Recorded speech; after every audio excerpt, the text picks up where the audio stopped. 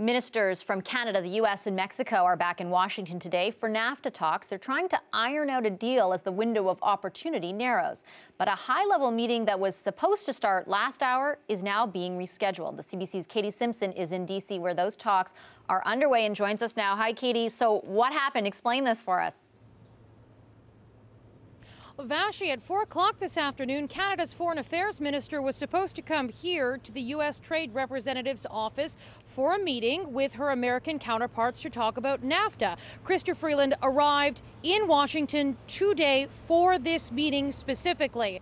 About an hour after the meeting was actually supposed to start, the Americans notify the Canadians that, in fact, they're going to put this meeting off until tomorrow.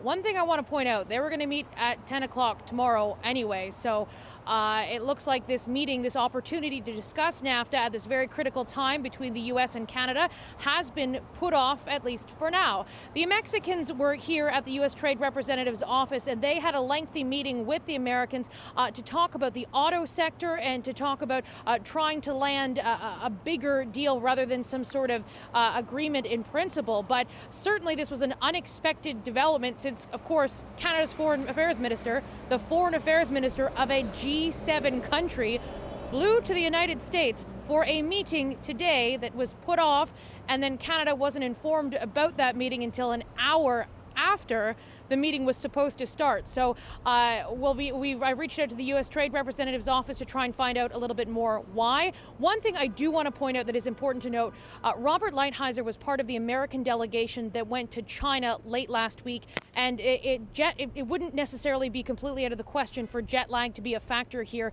after a lengthy meeting with the Mexicans. I kind of feel, Katie, though, and call me crazy, that you think it's a pretty big deal, and it may not bode well for the possibility of some kind of agreement in principle if this kind of behavior is happening at this juncture. I wouldn't go that far. I wouldn't go that far in terms of, you know, it not being, it sort of getting in the way. It certainly is not good optics when you look at it where it is right now.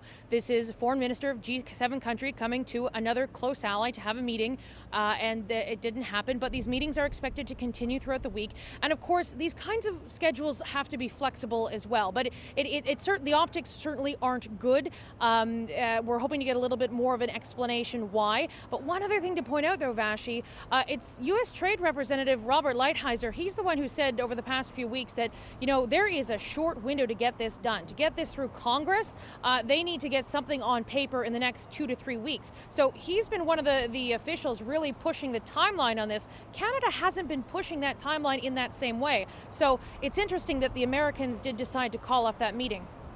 Good point. Okay, thanks so much, Katie. CBC's Katie Simpson in Washington.